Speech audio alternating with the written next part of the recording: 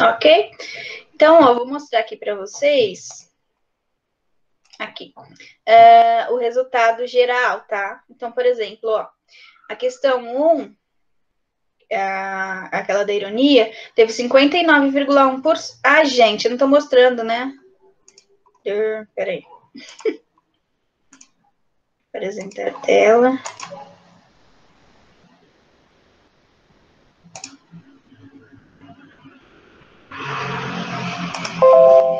Agora dá para ver? Sim. Sim? Sim. Vocês viram aí, ó, 59,1%. Aí eu peguei aquela que o Moisés falou uma vez, vamos considerar então que 55%, não foi você, Moisés, que falou isso? Isso. E aí, levando em consideração, não coloquei essa, mas se vocês quiserem, a gente pode comentar, tá bom? Vamos ver sobre o tempo também. Deu 59,1% de acerto. O que vocês acham? Tá bom? Tá mais ou menos? É a da última devolutiva agora? Oi, essa questão do... Essa aqui, ó. Ô, professora, quantas pessoas fizeram o final? 22 pessoas. Não, mas gente, ó, quer ver? Vai ficar tudo bem, sabe por quê? Porque a 1, que é aquele poeminha do Carlos Drummond, Anedota Búlgara, eu incluí ele na explicação do formulário da aula que vem, então eu vou explicar ainda hoje, então não vai ter problema, a gente vai falar dela de qualquer jeito, tá bom? Então, ó, 59%, a 2, que era daquela tirinha do Calvin, sabe? Que era de ironia também, teve 72,7%, tá vendo? Sim. A 3, ó, tivemos, deixa eu ver a 3,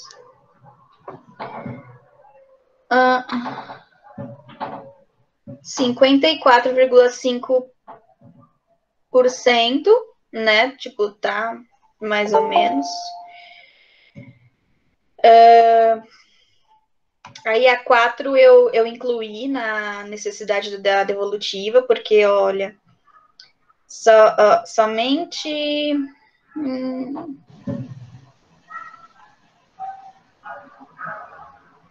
Somente 27,3% conseguiu, porque a resposta correta é a E.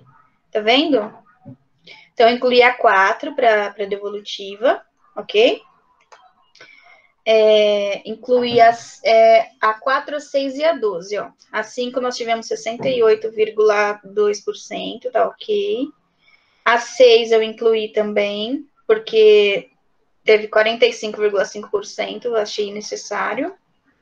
Olha, 7, 77,3%. A 8, 86,4%. A 9, 90,9%. Conseguiu. A 10, 77,3%. A 11, 72,7%. E a 12, 31,8%. Porque a correta seria a B. Então, eu coloquei a 4, a 6 e a 12. Ok? Eu já vi um avanço já, professora. Eu também. Eu vi um avanço enorme, porque vocês viram os números? Estão altos, né? Sim, são bem maiores que os anteriores. Sim. Aí a gente vai pegar essas 3 específicas, tá? Para discutir melhor. Vai ficar mais claro. Então, vamos começar aqui, ó. A 1 é sobre esse poeminha, que eu incluí ele na aula que a gente vai ter sobre o formulário da semana que vem. Então, vai ficar claro de qualquer forma. Então, vamos para 4. Que lembra desse texto aqui? Por que o Estado ainda não conseguiu recuperar o Rio Tietê? Lembra de ter lido o texto? Lembra do que trata? Sim. Fala, tipo, que mesmo que limpem, o pessoal continua dando lixo, não adianta nada. Vai nesse sentido, de que não adianta, na verdade, é o seguinte, não adianta tratar a água, o que teria que ser feito, né, o que ele coloca como ideal, é tratar o esgoto antes de despejá-lo no rio. Isso seria a forma ideal. O texto vem colocar esse assunto em específico. Mas vamos fazer a leitura dele, para ficar mais claro? Então, ó, um texto que não é tão pequeno, dá para a gente fazer uma divisão de leitura. Quem lê o primeiro parágrafo? Eu. Pode ler o parágrafo e a gente vai comentando, tá? Ok, vou começar. Okay. Muitas pessoas têm uma ideia equivocada de que limpar o rio é pegar a água que está suja ali e tratá-la. Recentemente teve um projeto de flotação para tirar a sujeira que já estava na água. Isso não funciona, diz José Carlos Mierzawa, professor do Departamento de Engenharia Hidráulica e Ambiental da Escola Politécnica da Universidade de São Paulo, USP. Ok. Então, o que ele diz aí nesse parágrafo? Que só tratar a água não dá certo. Isso. Teria que tratar esse esgoto antes de jogar, né?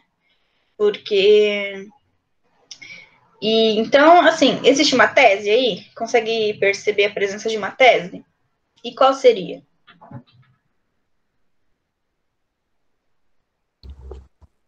Peraí. Que a tese seria que precisa de um tratamento diferente para melhorar o Rio Tietê? Seria isso? Tipo, um tratamento do esgoto antes para... Ale, eu tô em aula, pode ser daqui a pouquinho? Imagina. Tchau.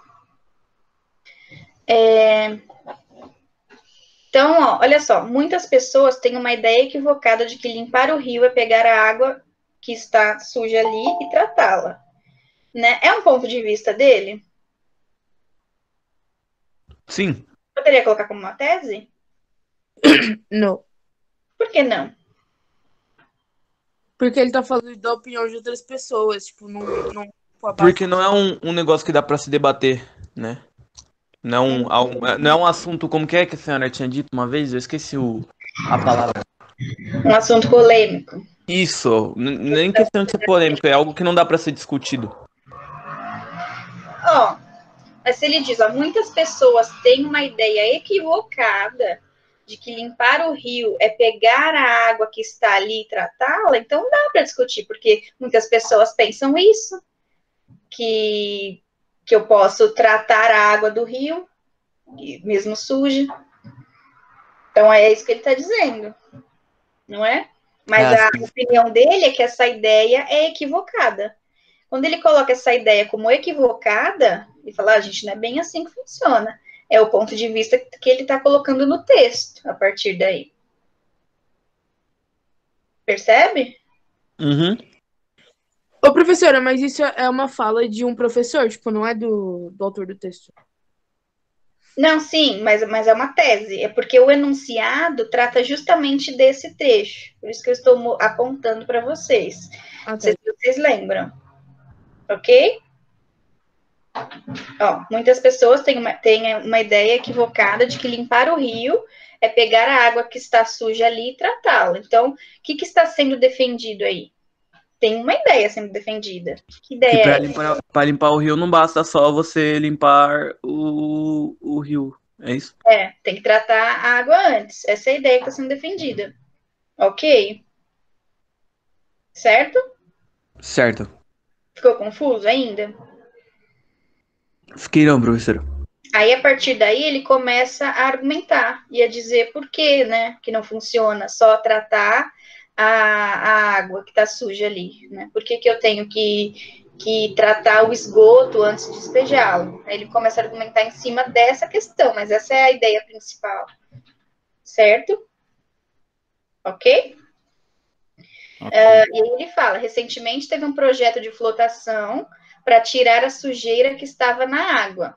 Isso não funciona. Então, quer dizer,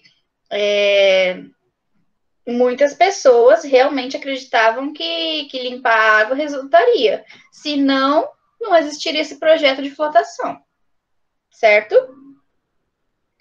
Certo. para tratar a água. E aí não funcionou. Então ele já está argumentando. Como é que ele sabe que não funciona?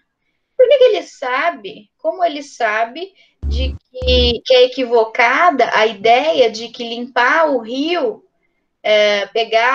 limpar apenas o rio, é uma ideia equivocada? Como é que ele sabe que é equivocado? Como ele tenta provar isso?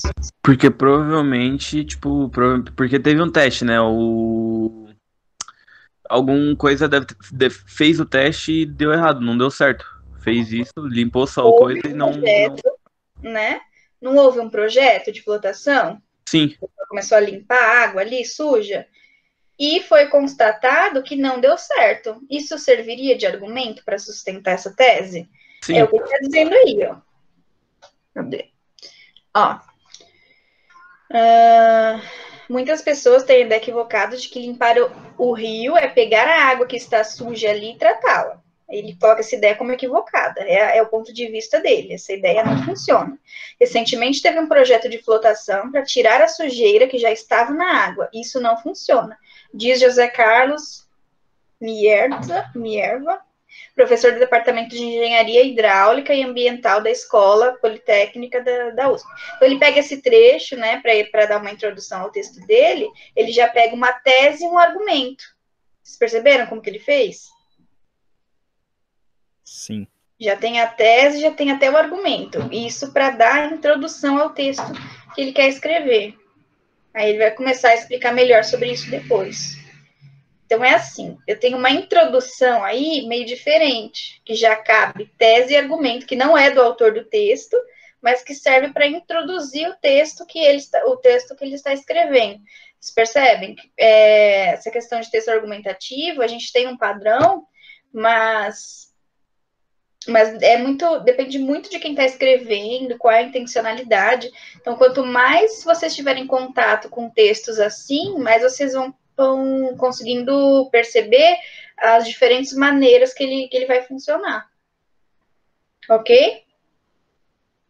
Ok. Então, vamos... Aí, essa introduçãozinha tá ok? Sim. Tá. Aí vamos continuar fazendo a leitura e a gente vê onde ele quer chegar com isso.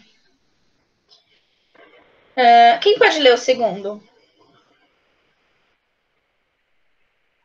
Eu. Então, ok. Peraí. Ele explica, né, tá? Isso. Ele explica que limpar um rio é basicamente parar de despejar poluentes nele. Se você manejar corretamente o esgoto, o que está ali vai embora e o rio se limpa sozinho, afirma. Então, aí ele já coloca mais um detalhe, né? Se a gente limpar o esgoto, antes de despejar a água, automaticamente o rio vai se limpando sozinho. É isso que ele está dizendo, não é? Yes, sir. Ok? Isso. O próximo, quem faz a leitura? Quer que eu leia? Pode ser. A maior parte dos detritos que vão hoje para o Tietê é de origem doméstica. Quando a despoluição começou, em 1992, 70% do esgoto residencial da região metropolitana de São Paulo era coletado e apenas 24% disso, 17% do total, passava por tratamento. Isso é o quê? Na opinião de vocês? São dados, né, para fortalecer a tese? Fortalece a tese dele, fortalece o que ele já havia dito antes, né? Que não basta tratar água suja, tem que tratar o esgoto. Esse dado, de forma geral, diz o quê? Que a maior parte da poluição vem de coisa doméstica, de casa. O que mais?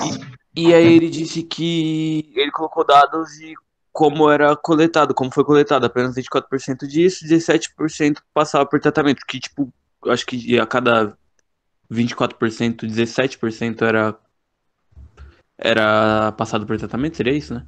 Sim, isso é muito pouco ou pouco? O que vocês acham? É pouco, né? É pouco. Lembrando que é o seguinte, nem sempre o esgoto ele foi coletado. porque muitos estados ainda hoje não conseguem coletar o esgoto. Assim, não tem o esgoto de uma forma regular. Não sei se vocês entendem o que eu quero dizer, mas, por exemplo, tem muitas invasões que eles não têm esgoto, sistema de esgoto, sabe? De encanamento.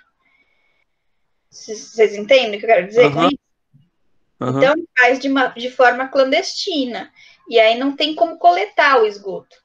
Então, ou seja, isso já vai sendo jogado para o rio direto, sem Saneamento básico, no caso, né? A falta de saneamento básico, exatamente.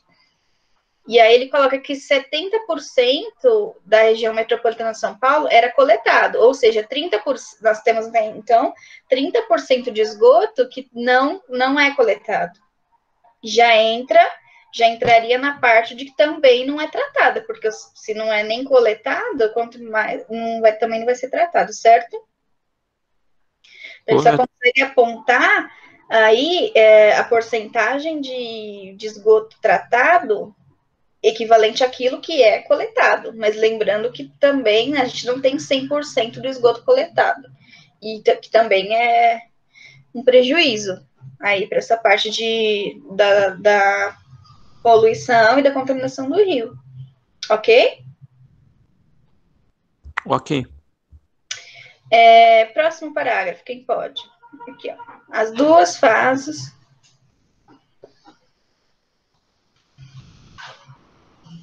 Vamos lá? Eu, professora. Ah, não, vai, Laura. Eu, a Laura. Ok. É uma taxa de saneamento, né? Aqui, ó, as duas primeiras fases, não é essa? Tá bom, então. As duas primeiras fases do projeto foram focadas em criar estações de tratamento e rede de coleta. Na Grande São Paulo, hoje, 87% é coletado e 59% do total é tratado. Segundo a Sabesp, a Companhia de Saneamento, na capital, 88% do esgoto é coletado e 66% do total é tratado. Ok. Então, subiu um pouco, né? Hoje. Isso, ele está falando no parágrafo anterior de quando iniciou, lá em 1992. E aqui ele fala como é essa situação atual. Ok? Fala que quanto por cento do esgoto é coletado hoje em São Paulo? Não entendi, professora. Só travou pra mim. Eu acho que não sei se é a minha internet. Tá, vou falar de novo.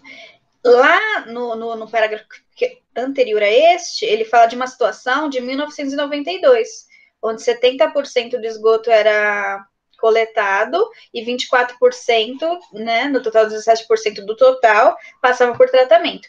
E aqui ele fala da situação atual. A situação atual, como que fica a situação atual? Teve um avanço. Coleta 88% e trata 66%. Já teve um avanço, certo?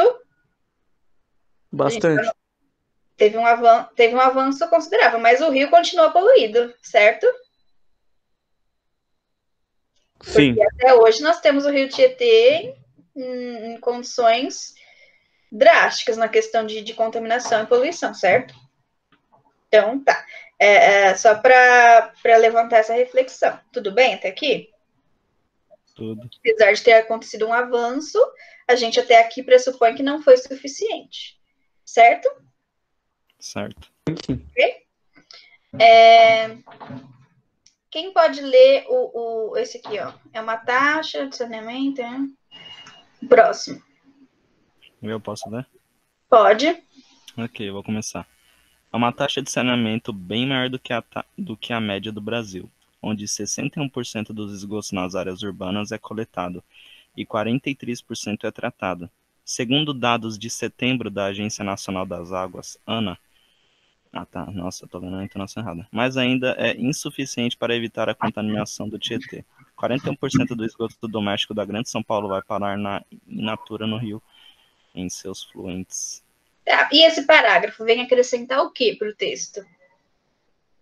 Que por mais que tenha aumentado a quantidade de coleta de lixo na capital, nos arredores, que é a Grande São Paulo, continua ruim. Continua ruim, e ele vem falar também do Brasil, né? Porque até então ele está falando de São Paulo, né? Aqui ele inclui um dado nacional, certo? Ó, é uma taxa de saneamento bem maior do que a média do Brasil, onde 61% do esgoto nas áreas urbanas é coletado. Então, se for ver do Brasil inteiro, eu só tenho 61% de esgoto coletado, se eu for ver o Brasil inteiro, e 43% tratado, certo? Segundo os dados, e aí ele coloca a questão dos dados. Então, a gente percebe que São Paulo tem uma porcentagem maior de esgoto coletado e uma porcentagem um pouco maior também de tratado, se a gente for considerar com a questão do Brasil inteiro. Ok? Tá claro até aí? Sim. Sim? Quem pode ler o próximo? Ler até aqui, esgoto. Pode repetir a leitura, se os outros não quiserem fazer. Não sei quem está na sala. Quem está na sala? Tem a Miriam, né? Quer ler, Miriam? Leio, professora. Pode ler? Ok. Leio. Em uma região... Tá. Em uma região metropolitana com São Paulo, com 2 milhões de habitantes, 22 milhões. 22 milhões de habitantes, 41% dos esgotos não receberam tratamento. É um volume muito grande. Afirma... Eu não consigo ler esse nome, não. Eu também acho que não, mas acho que é Mierva. Acho que é isso. Mierva. Ok, o nome dele. Lê essas duas linhas aqui também, por favor. Ele explica que a maior dificuldade, a parte mais cara é difícil, e a construção da rede de coleta de esgoto. Ok. Ele explica que a maior dificuldade, a parte mais cara e difícil, é a construção da rede de coleta de esgoto. Então, ele vem colocando novos dados. Aí, quais são os novos dados que a gente tem para o texto?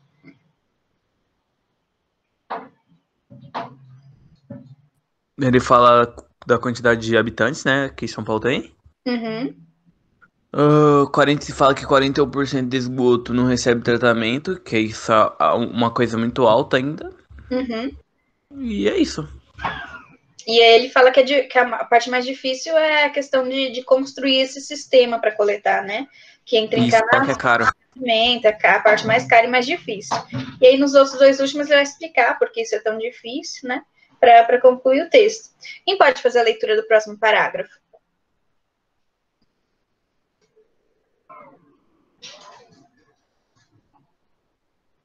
Alguém? Eu posso ler, prof. Ok. Qual ali nos bairros, né? Aqui, ó, nos bairros que já são consolidados. Beleza. Nos bairros que já são consolidados, é preciso passar... Peraí. Nos bairros que já são consolidados, é preciso passar a tubulação por debaixo de ruas e prédios. Nos outros, a ocupação irregular impede que a concessionária do serviço passe a tubulação que levaria os detritos já coletados às estações de tratamento. Nestes locais, o esgoto produzido cai direto nos córregos, que depois desembocam no Tietê. Ok, o que ele está dizendo aí? Qual que é a maior dificuldade? Além de ser caro e difícil de construir, tem mais um fator que ele coloca aí. Qual é esse fator?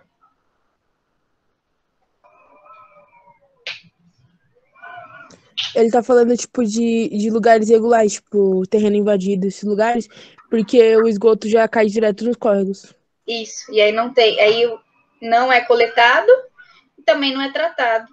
E as empresas não têm acesso também para passar a tubulação por debaixo, né? Porque são lugar irregular. E aí isso é mais uma dificuldade que ele coloca. Ok, até aqui? Ok? Ok. E o último, para terminar, quem consegue? Laura? Pode ser Laura. Posso? Ok. O último, né? Uhum. A principal dificuldade da despoluição é que são 39 municípios envolvidos e há uma falta de comprometimento dos prefeitos com um plano de uso e ocupação do solo, afirma o professor. Ok, como é que ele finaliza? Coloca mais um fator aí de dificultoso para finalizar a ideia que ele defende. No parágrafo anterior, ele colocou a questão das invasões, dificulta. E o que mais dificulta, que ele coloca no último parágrafo? São muitos municípios envolvidos em um só rio. Seria isso? Sim, e aí tem a questão da falta de comprometimento dos prefeitos também, né? Para ajudar. Certo? Certo. Aí, veja, o texto tem uma ideia sendo defendida? Tem aquela. A tese seria a ideia, não seria? A tese, qual que era a tese mesmo?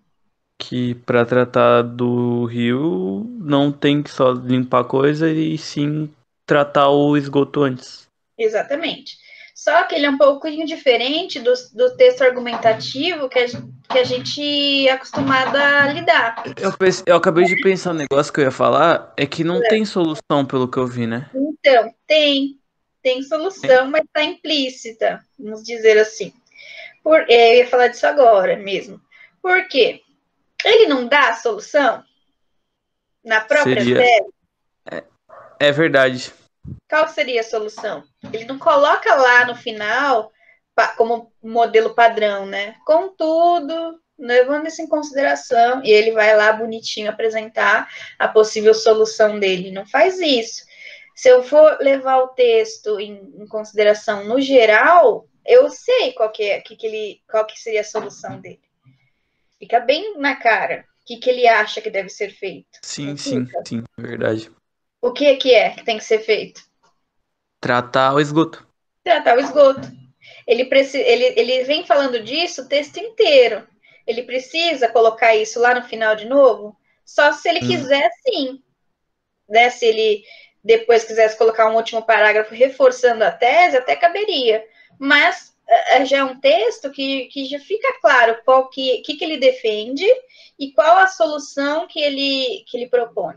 Não fica claro? Fica assim. Ok? Então, alguém não entendeu o sistema do texto desse autor? Alguém não entendeu? Eu entendi, tranquilo. Beleza. Aí a questão... depois ele mostrava um gráfico ainda, ó. O gráfico tem as mesmas informações do texto. Se eu for olhar aqui, ó, coleta de tratamento de esgoto na região metropolitana de São Paulo e no Brasil, ele faz uma comparação. Então, aqui, ó, o verdinho escuro é o tanto que é coletado, o verdinho do meio é o tanto que é tratado, e o verdinho mais clarinho é o total de tratado mesmo, né? Então, o que eu percebo? Aqui em São Paulo, na região metropolitana, eu consigo coletar quase 90%, ó, eu consigo coletar, e consigo tratar, desses 90% que é coletado, consigo tratar quase 70%. 60%. É 88, 66. Lembrei do texto. Acho que é 69, não é? Alguma coisa assim que ele coloca lá? Ó, mas olha aqui, eu lembro que era 66, mas... 66 mesmo, porque, ó, tá vendo? Tá quase pertinho dos 70 aqui, ó. Mas aí, como eu não consigo coletar 100%, então eu consigo tratar só com base eu consigo essa porcentagem de tratamento só com base no que foi coletado. Depois eles fazem um total aqui. Então, acho que 59, alguma coisa que consegue ser devolvido e tratado, certo? E aí, ele coloca o Brasil no geral. O Brasil consegue coletar 61%. E desses 61%, consegue tratar quase 70%. E no final de tudo, consegue devolver um pouquinho mais de 40% só. Então, o que eu percebo? Que São Paulo consegue, né? Tem uma porcentagem maior, tanto de coletagem quanto de tratamento, com relação ao Brasil, Só que mesmo assim não é o suficiente, porque a gente tem um rio super poluído ainda, certo? Mas ele vem mostrar essa situação em porcentagens. Ok? Ok. Ficou claro? A questão do gráfico aqui? Ficou sim. Beleza. A questão é a seguinte, ó. A questão, ela é bem simples, na verdade. Ela nem pede para você levar em conta o texto inteiro. Ó. Então, primeiro, ele nem pede nada sobre o gráfico. O gráfico é só para complementar o texto. No texto 1, o professor Mierva defende a tese de que muitas pessoas têm uma ideia equivocada de que limpar o rio é pegar a água que está suja e tratá-la. Gente, a tese, ele já está falando para você qual é. Poderia ser muito mais difícil, não é? Se ele tivesse escondido a tese, o que vocês acham? Sim. Porque isso aconteceu na AP, lembra? Ele não te falava qual era a tese e perguntava qual argumento que melhor defendia. Você tinha que pensar em duas coisas. E aqui, mesmo ele colocando qual é a tese, ainda teve uma porcentagem de erro muito grande. Então, o que você teria que pensar para conseguir responder essa questão? A tese já tem. Muitas pessoas têm uma ideia equivocada de que limpar o rio é pegar a água que está suja ali e tratá-la. Essa é a ideia que ele está defendendo. Pergunta: assinale a alternativa que contém um dos argumentos usado para sustentá-la. Então, o que sustenta essa tese? Então, tem uma falinha dele que sustenta bem essa tese que ele coloca. Como que eu vou pensar? Ele está dizendo que não basta, que é equivocado da parte das pessoas pensar que vai dar certo tratar a água suja do rio. Tá bom, mas como é que ele sabe que essa ideia é equivocada? Como é que ele sabe que isso não deu certo?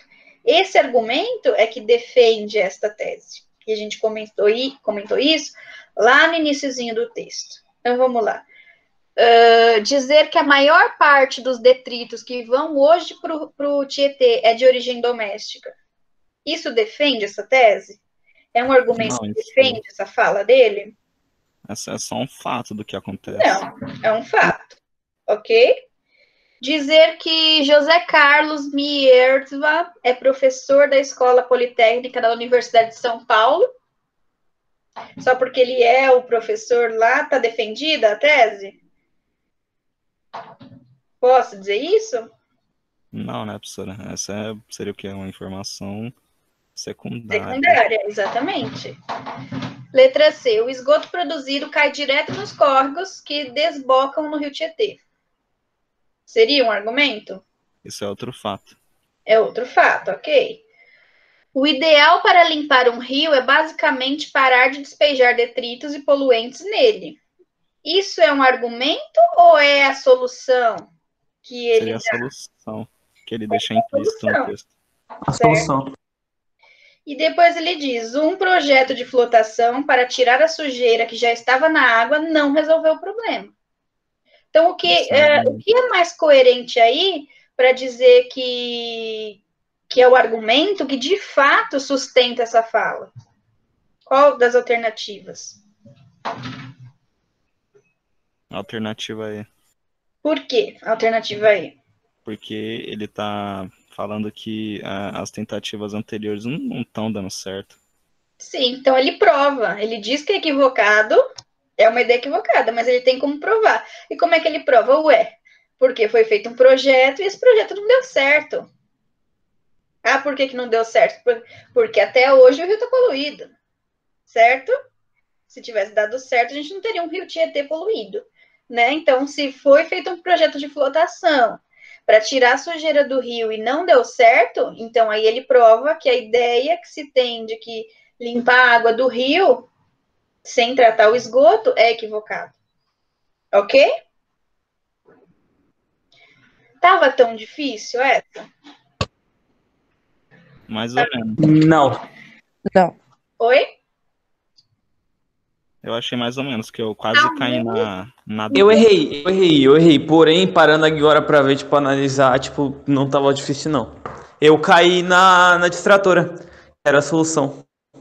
Então, tá vendo? Isso. Caiu no. Era parar para pensar e ver que a D fala sobre uma solução, sobre a solução que ele dá, né, para o problema, e não o argumento que defende a tese. Ok? Então, era, acho que de nível médio, acho que só para, se você parasse para analisar um pouquinho mais a fundo, acho que daria para entender melhor. O que vocês acham? Sim, sim. Porque, ó, voltando ali. Oh, meu Deus, o que eu fiz? Bom, enfim.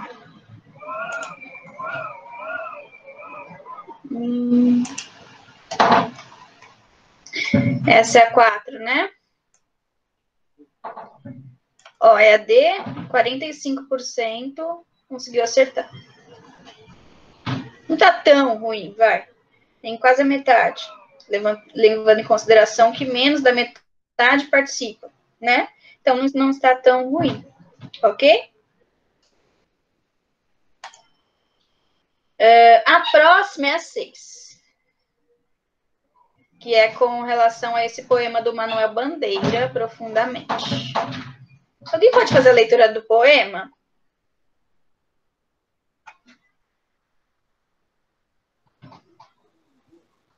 Vocês estão me ouvindo? Sim. Quem poderia? Moisés? Letícia? Gabriel? Opa, Eu leio, prof. Lê? ela lê. Ok. Profundamente, Manuel Bandeira. Quando eu tinha 6 anos, não pude ver o fim da festa de São João, porque adoeci. Hoje, não ouço mais as vozes daquele tempo. Minha avó, meu avô, Totônio Rodrigues, Tomásia, Rosa. Onde estão todos eles? Estão todos dormindo. Estão todos deitados, dormindo. Dormindo profundamente. Ah, tá, Gente, desculpa. Tava... esse poema só quer dizer uma coisa. Uma única coisa. O que é que aconteceu? Eles morreram. Eles morreram. Então ele pega um. O que aconteceu? Ele fala, né? Quando ele tinha 6 anos, ele não pôde ver o final da festa de São João porque ele dormiu. Ele faz uma relação, né? Com. E hoje, ó, meu avô, Tonito Rodrigues, Tomásia, Rosa, onde estão todos eles? Ele pergunta e ele mesmo responde: estão todos dormindo, estão todos deitados, dormindo profundamente. Então, ele não conseguiu aproveitar quando era criança porque ele dormiu, mas hoje, mesmo se ele quisesse, ele não conseguiria porque as pessoas morreram. Alguma dificuldade em entender o sentido desse poema? Não. Ô, professora, Oi. a Liliane falou que ia tentar entrar agora. Ah, tá. Só um minutinho, por favor.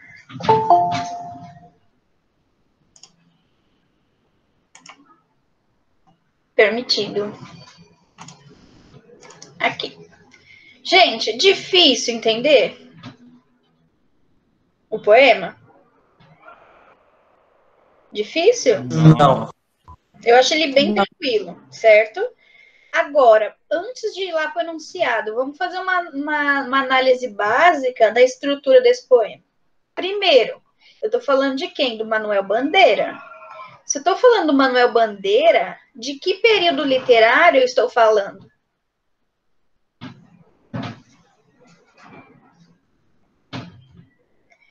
Vocês lembram da Manuel Bandeira, que a gente acha que... Diga. Eu não lembro, mas, tipo, pela estrutura, assim, podia ser modernismo, né? Se eu for dar duas opções para vocês, gente, isso é um poema modernista ou um poema parnasiano? Modernista. Qual das duas vocês vão e por quê? Porque a estrutura é toda aleatória, assim, certinho. E também... Eu percebo algum esquema de rima aqui, ó. Anos, João, adormeci. Tempo, avó. Tem algum esquema de rima? Não. Ele segue alguma estrutura com relação à separação de estrofes? Eu tenho uma estrofe aqui com 3 versos, depois eu tenho outra com 2, depois eu tenho outra com 1, 2, 3, 4, 5, 6, 7, 8, 9. Então, ele segue alguma coisa relacionada à estética? não segue, certo? E isso é nítido. Eu olhar para o poema, eu sei que ele não se preocupou muito com a estética. Tudo bem quanto a isso, gente? Tudo bem? Tudo. Então, modernista, ok? Ok. E aí, a questão ia de encontro a isso, ó. Há nesse trecho final do poema Profundamente, de Manuel Bandeira, aspectos que o aproximam do parnasianismo por seus versos com rimas ricas e métrica rigorosamente pensada? Eu poderia apontar essa questão? Não. Não? Não. Ou claro que não. Porque não é um poema que se aproxima dos poemas parnasianos. Isso a gente vem discutindo há muito tempo, né? São padrões diferentes, então daria para confundir, gente? Para alguém isso ainda não ficou claro? Laura, tudo bem? Tudo sim, professora. Ok, Liliane?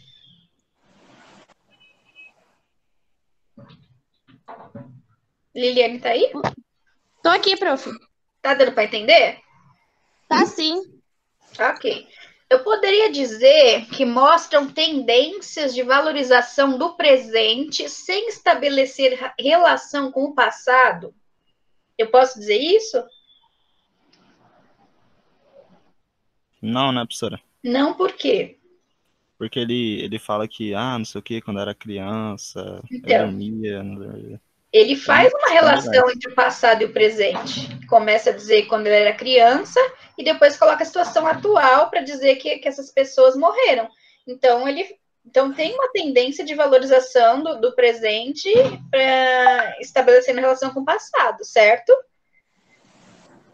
Certo. Sem estabelecer relações com o passado, não existe. Ele estabelece. Então tá eliminada essa? Sim. Ok? Depois ele fala. Dúvida? O integram ao simbolismo, linguagem rebuscada, temática baseada em uma realidade idealizada. Tem linguagem rebuscada? Não, é uma linguagem bem simples. E ele não idealiza nada, não. E não tem nada de idealizar. É o que aconteceu, uma realidade, certo? Depois, são características do modernismo, versos livres, poesia lírica extraída de acontecimentos banais. Seria coerente? Sim. Ok. Vamos ver se aí a gente consegue eliminar, porque daí a gente vai ficar com a correta. Ó. Marcam o cuidado com a divisão das estrofes, enquanto o lirismo retrata as fantasias infantis. Tem cuidado com a divisão das estrofes? Não, é tudo cortado de qualquer Ó, jeito. tem uma com 3, outra com 2. Se tivesse, não teria as estrofes divididas dessa forma, certo? Então, acho que essa, tranquilamente, a gente pode apontar para a letra D, assim, sem sombra de dúvidas e sem nem ter confundido com nenhuma outra. Isso, claro, que depende do seu engajamento com relação ao período literário que a gente está estudando. Se você tem essa clareza, certo? Ok? Ok. Fácil ou difícil? Bem fácil. Beleza. Essa era 6, né? Ó. Era ter 45,5%. Tá muito ruim? Eu acho que sim, porque é bem simples essa questão. Tipo, Não tá tá, mais ou menos. não tá de todo ruim, né? Assim, não tá, nossa, que péssimo. Mas assim, a gente vem estudando isso há muito tempo, a gente vem falando disso há muito tempo, né? Então acho que era para estar mais claro isso na cabeça de vocês, tá bom? Mas a gente vai falar mais disso hoje, tá bom? E a última questão, que é sobre. Não acredito nisso, não. Que é. É só um pouquinho, gente, por favor.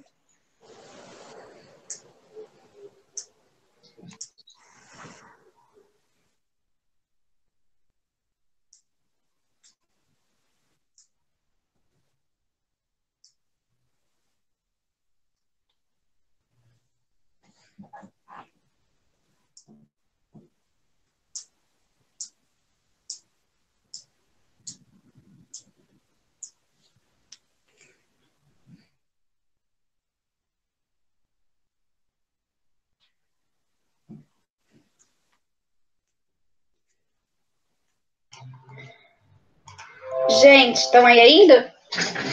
Sim. Desculpa, meu marido tá furando a parede aqui, eu pedi pra ele dar uma paradinha. Mas você tá falando do que mesmo? Da última questão, que é inferir informação implícita, que é aquele texto lá do canguru. E aí eu tenho uma porcentagem de acerto só de 31,8%. Ok? E acho que essa Ok. ficou mais complicada. Vamos lá. Ok, tem 3 parágrafos aqui. Vamos fazer 3 leituras? 3 pessoas para fazer a leitura para a gente discutir? Sim, Consegue enxergar o texto? sim. Quem são os 3 voluntários? Eu leio primeiro. Gabriel, Posso ler, Pro? Miriam, mais uma. Eu, professora. Ok, Laura. Então começa, Gabriel. Canguru. Ok, eu vou começar. Todo mundo sabe, será, que... Eita, ficou Não mudo. tem. Não, relaxa. Todo mundo sabe, será, que canguru vem de uma língua nativa australiana e quer dizer eu não sei. Segundo a lenda, o capitão Cook, explorador da Austrália, ao ver aquele estranho animal dando saltos de mais de 2 metros de altura, perguntou ao nativo como se chamava o dito. O nativo respondeu Gugu e Midir, em língua local, Ganguru, eu não sei. Desconfiado que sou dessas divertidas origens. Pesquisei em alguns dicionários etimológicos, em nenhum. Aí, outra Pode palavra? continuar. Ok. Em nenhum dicionário se fala disso. Só na Aurélia, nossa pequena Bíblia. Numa outra versão, definição precisa encontrei, como quase sempre em eu não sei isso. Partridge, eu não sei. Partridge, que é o dicionário específico que ele pesquisou, né? Kangaroo awalbi. Foram as palavras, né? Continua, Miriam. Tá, Pro. As palavras canga e alá significado saltar e pular. São acompanhadas pelo sufixo rou, né, professora? E bia, dos sons aboriginais da Austrália, significando quadrúpedes. Quadrúpedes, ok. Portanto, sou eu. Vai. Posso continuar? Pode. Tá bom, então. Portanto, quadrúpedes puladores e quadrúpedes saltadores. Pode continuar? Pode. Tá bom. Quando comuniquei a descoberta a Paulo Ronay, notável linguista e grande amigo de Aurélio Buarque de Holanda, Paulo gostou de saber da origem real do nome canguru, mas acrescentou: que pena, a outra versão é muito mais bonitinha, também acho. Ok. Então, um textozinho do Milo Fernandes. Qual que é o tema desse texto? A origem da palavra, do nome do animal? Isso, sobre a origem do nome canguru. Ele coloca na verdade tem 2 coisas aí, né? Existe uma lenda, né? Que ele coloca lá no início, né? De repente significaria eu não sei. Tem uma lendazinha lá em cima que ele coloca. Que ele foi perguntar para um dos nativos, e aí ele falou um termo lá que significava eu não sei. Só que daí ele foi pesquisar nos dicionários etimológicos para saber se da veracidade dessa lenda, e ele acabou encontrando outros significados. E aí ele encontrou 2 termos lá que explicariam a origem da palavra canguru. Ok, isso? Ok. Ok? E aí o enunciado diz o seguinte, ó, pode-se inferir do texto que, se está perguntando inferir, então o que eu já preciso ter em mente? Que a informação não vai estar no texto, ela está implícita, certo? E aí é pensar no seguinte, as informações que estão no texto me deixam perceber o quê? O que eu posso perceber que não está ali, né? O que eu posso deduzir com base nas informações que estão no texto, ok? Esse está um pouquinho complicado, vamos ver se dá para ficar claro. Então, letra diz assim, ó, que eu posso inferir que as descobertas científicas têm de ser comunicadas aos linguistas. Eu consigo inferir isso? Não sei. Por Essa questão exemplo, é complicada, eu acho. descobriu que a bactéria é imune aos antibióticos. Opa, peraí que eu preciso avisar para os linguistas. Eles são os principais interessados, né? Antes de mais nada, deixa eu falar com os linguistas. É isso? Não. Não, certo? Letra B. Os dicionários etimológicos guardam a origem das palavras. Existem informações no texto que me deixam deduzir que é lá nos dicionários etimológicos que a origem das palavras estão? Porque, afinal de contas, para que serve um dicionário etimológico? Para falar a origem da palavra. Para que você descubra a origem das palavras. Etimologia é com relação à origem, né? De onde veio a tal palavra. Então, você posso dizer lá. Quando ele ficou em dúvida sobre a lenda, o que ele foi fazer?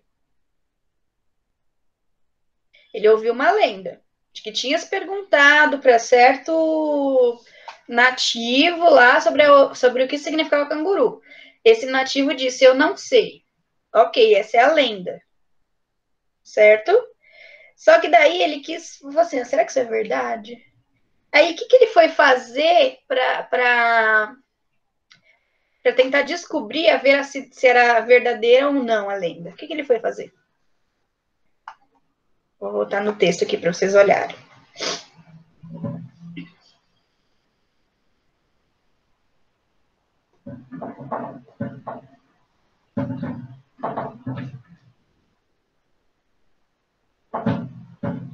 Tá difícil de identificar o que ele foi fazer? Não, professora.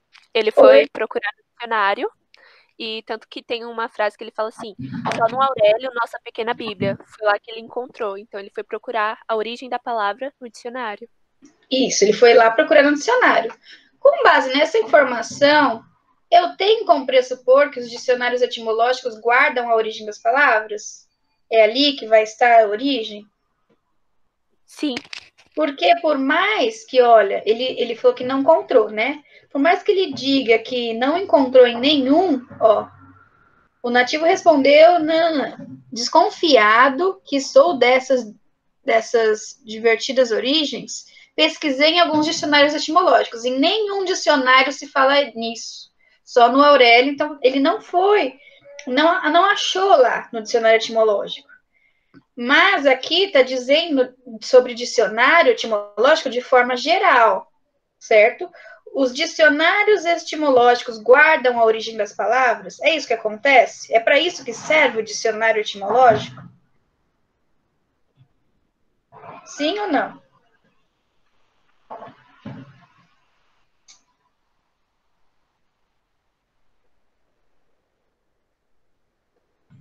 Deve ser, né, professora? Ele fala que ele foi atrás para descobrir a origem verdadeira.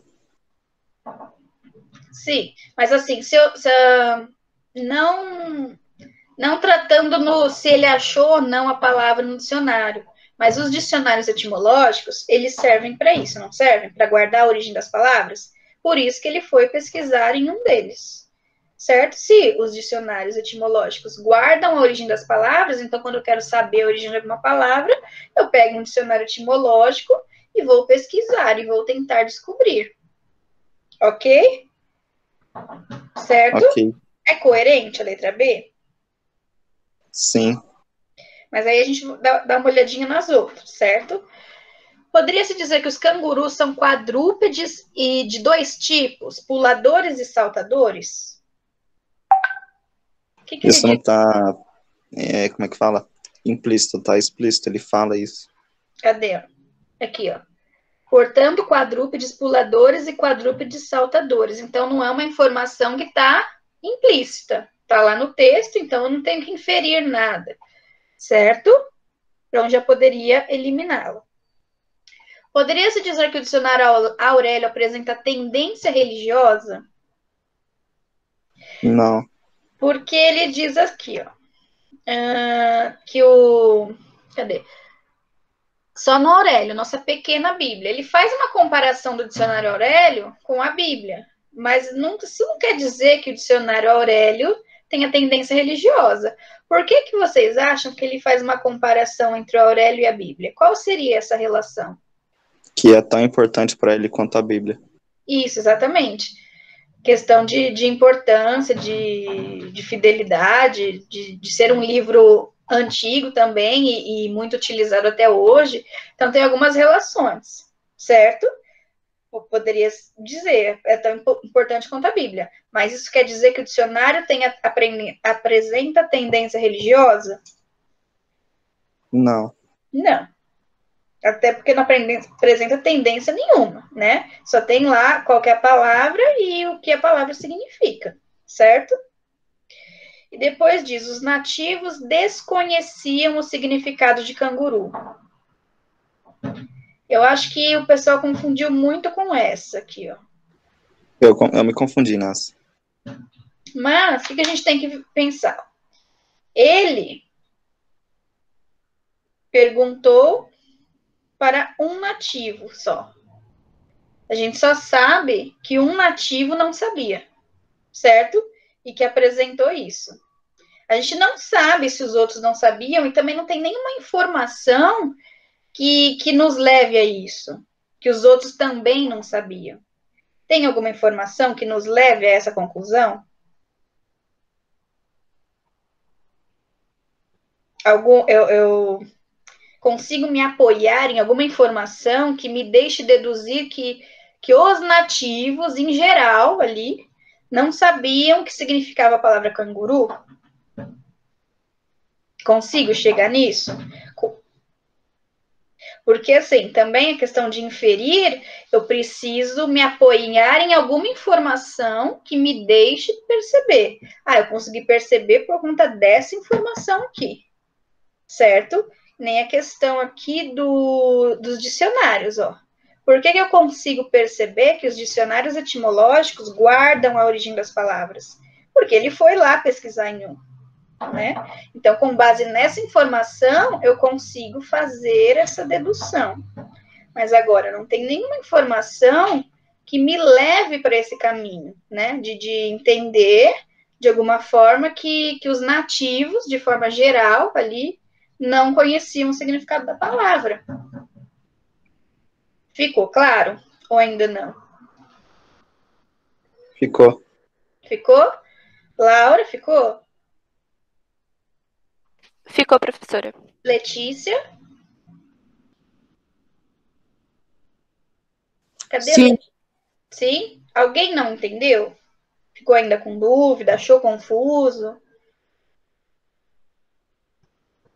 Não? Tranquilo, essa não estava fácil, de fato, assim, tipo, as pessoas confundiram bastante, estava complicadinha, mas eu queria saber se agora ficou claro. Ficou? Se não ficou, a gente tenta explicar de novo. Voltei, ficou sim, professora, ficou tranquilo. Ficou? Então tá bom. Então, ok, quanto a essas três que eu selecionei para devolutiva, gente. Sim. Se depois alguém ficar com dúvida em uma outra, aí vocês me chamam, tá bom? Agora eu queria mostrar aqui rapidinho para vocês uns slides que eu preparei para a gente relembrar, na verdade, as características do parnasianismo e do modernismo. Então, aqui coloquei para vocês, ó, quais são as características do parnasianismo. Coloquei arte pela arte. Alguém lembra do que seria essa questão da arte pela arte? Era meio que o lema deles, né? Quanto mais bonitinho fosse, melhor, algo do tipo. Não tinha nenhuma questão de cunho social, era só a questão de fazer arte, de ser belo, essas coisas assim. Então, eu coloquei arte pela arte, perfeição, palavras extremamente rebuscadas, preocupação com tá errado aqui, peraí. Preocupação com a estética do poema, esquema de rimas e métrica. Alguém poderia comentar um pouquinho sobre essas coisas que eu coloquei? Sobre o parnasianismo?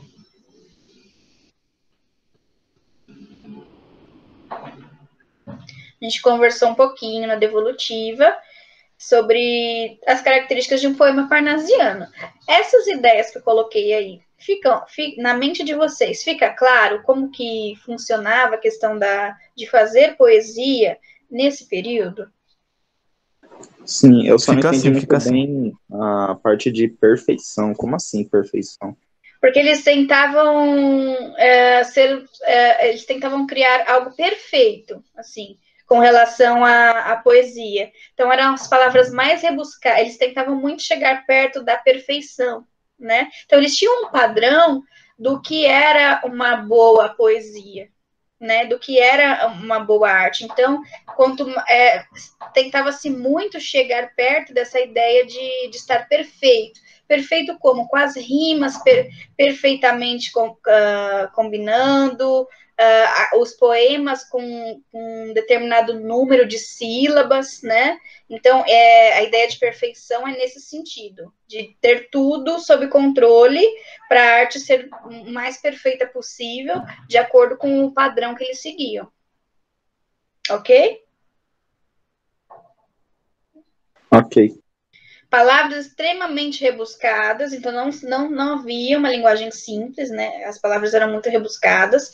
Preocupação com a estética do poema, esquema de rimas, que a gente já falou, e da métrica, que é você separar certinho quantas sílabas vai ter em cada verso. Lembra que a gente conversou sobre isso? A questão de decassílabos. Todos os versos precisam ter 10 sílabas métricas, e aí tinha que se seguir esse padrão. Então, era muito regrado, muito cheio de regras, a questão de se fazer poesia no parnasianismo. Isso ficou claro? Ficou. Aí eu coloquei um exemplo aqui de um poema do Olavo Bilac, que inclusive estava em uma das questões, né? Eu coloquei aqui para a gente olhar um pouquinho para esse poema e só comentar um pouquinho por que ele se encaixa nos padrões parnasianos, para ficar um pouco mais claro.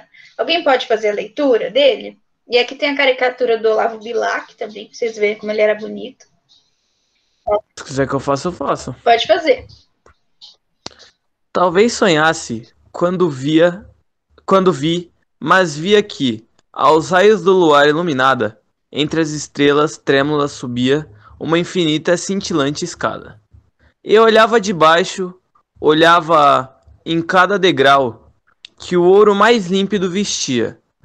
Mudo, como que é, professora? Mudo e sereno, um anjo a harpa doirada, raçoante de súplicas feria. Tu, mãe sagrada, vós também formosas ilusões, sonhos meus, e eis por ela como um bando de sombras vaporosas. E, ó meu amor, eu te buscava. Quando vi que no alto surgias, calma e bela, o olhar celeste para o meu baixando. Ok. Eu queria que vocês só tentassem justificar para mim por que esse poema do Olavo Bilac pertence ao parnasianismo. Quais características Posso falar? Pode. Quais características apresenta que me faz perceber que é um poema parnasiano, de fato? De início você já vê aqui, ó, professora, mais via, subia, iluminada, escada. Já tem um esquema de rimas. Encada, doirada, vestia, feria. Formosas, vaporosas. Ela e bela. Quando, baixando. Isso. E outra, as duas primeiras são 4 versos. E as duas estrofes de baixo, as duas últimas, são 3 versos. E as palavras, algumas eu achei bem complicada. Então, se eu tenho aqui, ó, que nem você falou, as duas primeiras estrofes com 4 versos e as duas últimas com 3 já caracterizam um soneto. Lembra que a gente conversou? Que o soneto tem esse padrão? Então, eu tenho um soneto, tenho os esquemas de rimas aqui, bonitinho, que o Moisés mostrou. E as palavras, elas são rebuscadas? Ou elas são simples, já acessíveis, assim? Trêmula, cintilante, doirada, Então, você percebe ressoante. o autor, ele procurou as palavras mais difíceis ou as palavras mais comuns? Mais difíceis. As mais difíceis, as mais rebuscadas. Então, é um poema que eu posso verificar com facilidade que pertence ao parnasianismo. Alguém ainda tem dúvida disso? De olhar para esse poema e falar, não sei se é modernista ou se é parnasiano. Porque é isso que eu quero que esteja claro. Que olhe para o poema e fala, não, por conta dessas e dessas características, pertence ao parnasianismo. Ah, por conta dessas e dessas características, pertence ao modernismo. Nesse momento, é isso que eu quero saber se está claro. Letícia? Pra mim tá tranquilo. Pra mim também. Tudo bem, Letícia? Difícil. Não. Liliane? Tá tranquilo. Tranquilo? Ok. Aí eu coloquei também um pouco do modernismo, né, das características, ó. Então, coloquei assim, implementação do novo, versos livres, visão crítica, poesia brasileira para os brasileiros, linguagem acessível, nacionalismo, ironia, humor e paródia. Alguém pode comentar um pouquinho sobre essas características? Porque, primeiro, uma pergunta. Como surgiu o modernismo? Por que ele surgiu? Ele surgiu com um propósito, né? Por que surgiu?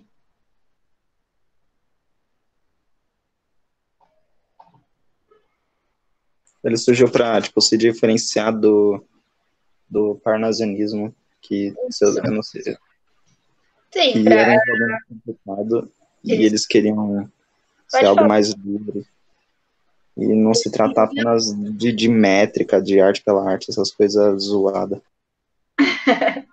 Então, eles queriam fazer algo diferente, algo. Eu posso dizer que o modernismo é o oposto do parnasianismo? Vocês acham que essa ideia cabe? Porque o modernismo contradiz, basicamente, todas as ideias, né? Todos os padrões que o parnasianismo trazia, né? Com relação a fazer poesia.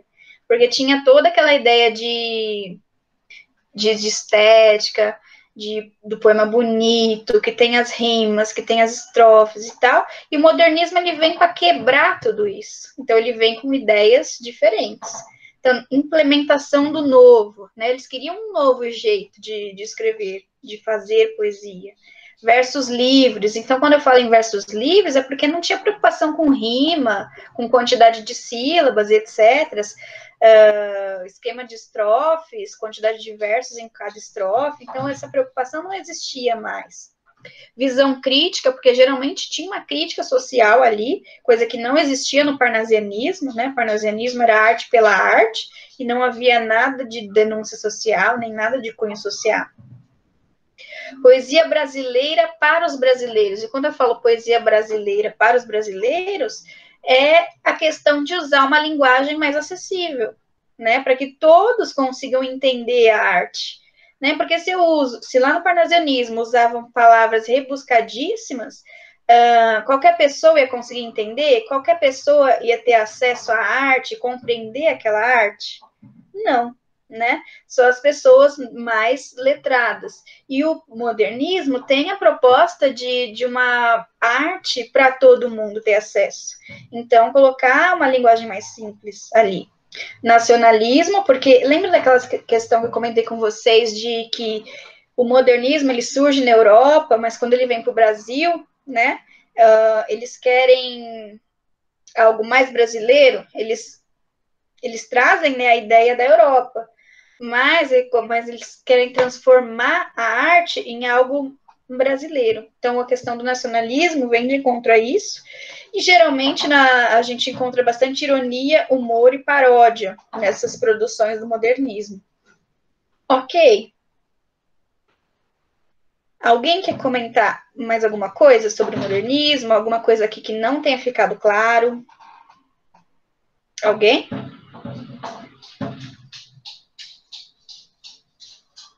Tá ok aqui, pessoal? Não. Tá ok, tá ok. Tá ok? E aí eu coloquei um poeminha do Carlos Drummond, aqui, um poeminha que exige a habilidade de identificar a ironia, tá lá no formulário de vocês, eu coloquei aqui como uma demonstração de um poeminha moderno para a gente discutir um pouco sobre ele. Então ele diz assim: era uma vez um czar naturalista que caçava homens. Quando lhe disseram que também se caçavam borboletas e andorinhas, ficou muito espantado e achou uma barbaridade. Então, assim, se eu for perceber o que diferencia esse poema do poema do Olavo Bilac, que eu coloquei aqui. Qual que são as principais diferenças e por que eu diria com certeza de que é um poema modernista?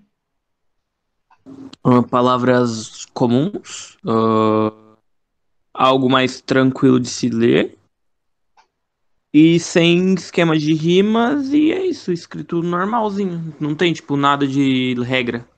Não tem regras, as palavras são mais cotidiano, certo? E eu tenho uma crítica social aí, não tenho? Tem sim, E de repente não é tão fácil de enxergar, mas tem, né? É Carlos Drummond de Andrade, né? Qual seria a crítica? porque ele ficou espantado até, tipo, é a própria ironia do texto é a crítica, porque tipo assim, o Cesare ele caçava homens, e ele ficou tipo, quando falaram que além, tipo, não caçavam homens e geralmente caçavam borboletas e andorinhas, ele ficou tipo, que, tipo, não entendeu porque é uma crítica, tipo, eu acho que seria essa a crítica. Assim, primeiro, o que é um czar? Não sei, é isso que eu queria saber. Czar é um rei. Sabe aqueles reis que... Mas é rei mesmo. Mas assim, for pensar em antigamente, quando haviam guerras, Eu sabe? pensei em um rei nórdico. Que comandava guerras, geralmente. Então, por exemplo, olha, era uma vez um czar naturalista que caçava homens. Se ele caçava homens, então ele era bárbaro, vamos dizer assim, certo?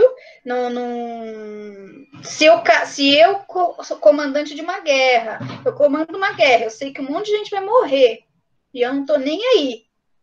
Eu vou me importar com borboletas e andorinhas?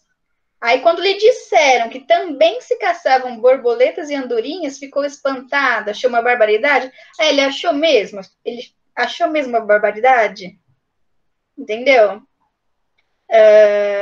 Como isso é irônico, na verdade ele não ficou espantado com isso nenhuma, nem achou barbaridade coisa nenhuma. Afinal de contas, ele caçava homens, ele comandava guerras que matava milhões. E como assim você se importa com as borboletas e as andorinhas? E com os homens você não se importa? Deu para entender, basicamente? Porque o Carlos Drummond, ele é incrível, né? Deu sim. Então, assim, sempre os poemas dele vai ter alguma coisa para se refletir, né? Nunca vai ser em vão. Carlos Drummond não escreve nada, não tem arte pela arte nos poemas de Carlos Drummond. Sempre vai ter alguma questão a se refletir, certo? Então, sim, existe uma crítica social. Qual é a crítica social? Com relação a um czar ser naturalista, né? Porque ele comete tantas barbaridades e como assim ele protege os animais, né? Não é coerente, ok? Tudo bem? Tudo bem eu olhar para falar, não, tranquilo, isso daí é um poema modernista. Tranquilo eu olhar para um poema do Olavo Bilac e dizer, esse é parnasiano. Ok? Ok. Então é isso, gente. Alguém ficou com alguma dúvida? Não. Ó, então é isso por hoje. Obrigada pela participação. E na semana que vem eu vou enviar um formulário para vocês com algumas questões que exigem exatamente isso, reconhecer as características do movimento modernista. Vai ter um poema lá para vocês analisarem e algumas perguntas que vêm de encontro com a questão do modernismo. Tranquilo? Tranquilo. Tranquilo.